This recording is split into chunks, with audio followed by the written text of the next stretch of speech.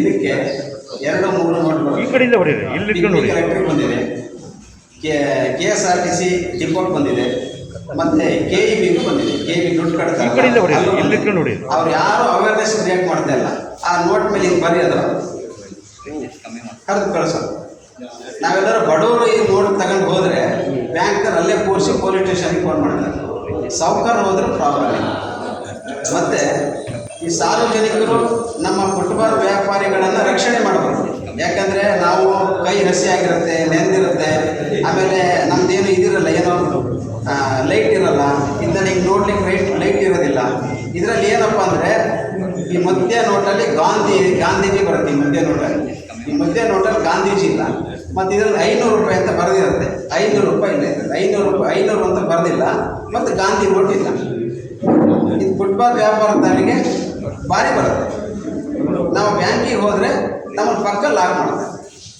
ದೊಡ್ಡವರು ಹೋದರೆ ವಾಪಸ್ ಕೊಟ್ಟು ಕಳಿಸ್ತಾರೆ. ತೀರಾ ಚರ್ಚೆ ಮಾಡಿದರೆ ಅದ್ರ ನೋಟ್ ಮೇಲೆ ಕೆಂಪು ನೋಟ್ ಬರೆದು ಕಳಿಸ್ತಾರೆ.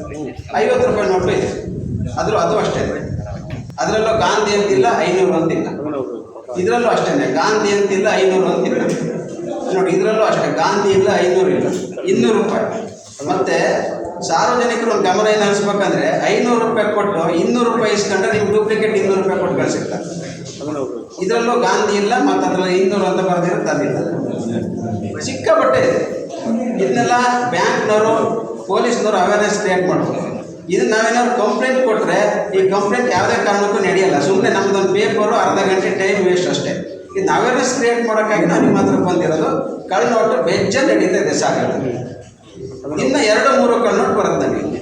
ಈಗ ನಾವೊಂದು ವಾರದಿಂದ ನಾವು ಹುಷಾರಾಗಿದ್ದೀವಿ.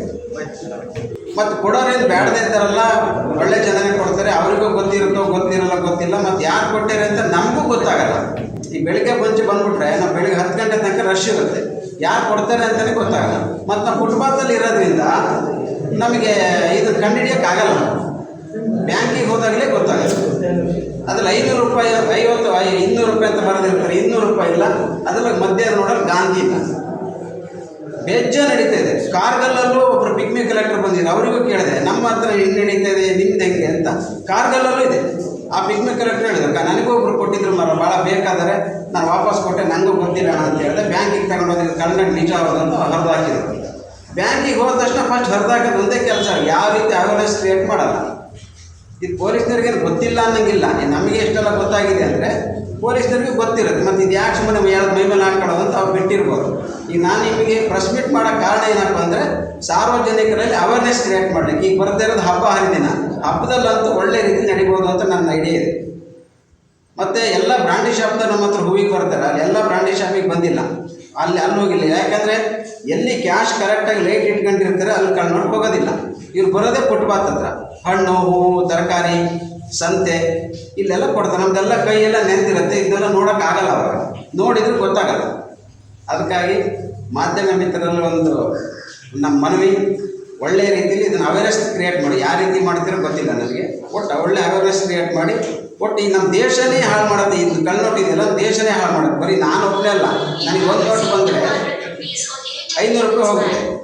ಆದರೆ ಕರೆನ್ಸಿನೇ ಡೂಪ್ಲಿಕೇಟ್ ಮಾಡಿದರೆ ದೇಶದ ಪರಿಸ್ಥಿತಿ ಎಲ್ಲಿಗೆ ಬರ್ಬೋದು? ಈಗ ನಿನ್ನೆ ನ್ಯೂಸಲ್ಲಿ ನೋಡಿದೆ 20 ರೂಪಾಯಿ 10 ರೂಪಾಯಿ ಬಂದಿದೆ ಅಂತ. ನನ್ನ ಹತ್ರ 50 ರೂಪಾಯಿ ನೋಟಿದೆ, 50 ರೂಪಾಯಿ ಇದೆ, 500 ರೂಪಾಯಿ ಇದೆ, 50 ರೂಪಾಯಿ ಇದೆ. ಇದಷ್ಟು ನಮಗೆ ಬಂದು ನೋಟನೇ. ಇದು ಹೋದ ತಕ್ಷಣ ಹಿಂಗೆ ಬರ್ಕೊಡ್ತಾರೆ ಬ್ಯಾಂಕಲ್ಲಿ. ನಮಗೆ 2 ನೋಟ್ ಬಂದರೆ ಅವತ್ತಿನ ದುಡಿಮೆನೇ ಹೋಗಿ, ಯಾರಿಗೆ ಹೇಳೋದು ನಮ್ಮ ದುಡಿಮೆ ಹೋಗಿ? ಮತ್ತು ನಾವೆಲ್ಲ ಹೋಗಿ ಕಂಪ್ಲೇಂಟ್ ಕೊಟ್ಟು ಅವನ ಬೆನ್ನು ಹತ್ಕೊಂಡು ಅದೆಲ್ಲ ಮಾಡೋ ಯೋಗ್ಯತೆ ಕೆಪಾಸಿಟಿ, ಮತ್ತು ಅಲ್ಲೂ ಬೇರೆ ಅವ್ಯವಹಾರ. ಇವನೇ ಕಂಪ್ಲೇಂಟ್ ಕೊಟ್ಟ ಅಂತ ನೋಟ್ ಪ್ರಿಂಟ್ ಮಾಡೋರು ಇವರೇ ಹೇಳಿದ್ರೆ ಆ ಪರಿಸ್ಥಿತಿ ಇದೆ. ಹಂಗಾಗಿ ಅದು ಯಾವ ಸವಾಸನೆ ಬೇಡ. ಒಂದು ಅವೇರ್ನೆಸ್ ಮಾಡಿ, ಜನ ಇದನ್ನು ತಗೊಂಡಿಲ್ಲ ಅಂದ್ರೆ ನೋಟ್ ಪ್ರಿಂಟ್ ಮಾಡಿ ಅವನೇನು ಮಾಡ್ತಾನೆ? ಈಗ ಜನ ಮೋಸ ಹೋದರೆ ಮಾತ್ರ ಅವನು ನಡೆಯೋದು. ಜನ ಮೋಸನೇ ಹೋಗಲಿಲ್ಲ ಅಂದರೆ ಅವನು ಏನು ಬಿಸ್ನೆಸ್ಸೇ ನಡೆಯಲ್ಲ, ಕಳ್ನೋಟ್ ಬಿಸ್ನೆಸ್ಸು. ಅದಕ್ಕೆ ಅವೇರ್ನೆಸ್ ಕ್ರಿಯೇಟ್ ಮಾಡೋಕ್ಕೆ ನಾನು ಬಂದಿದ್ದೀನಿ. ಎಲ್ಲರಿಗೂ ನಮಸ್ಕಾರ. ಒಳ್ಳೆಯ ರೀತಿಯಲ್ಲಿ ಇದನ್ನು ಪ್ರಚಾರ ಮಾಡಿ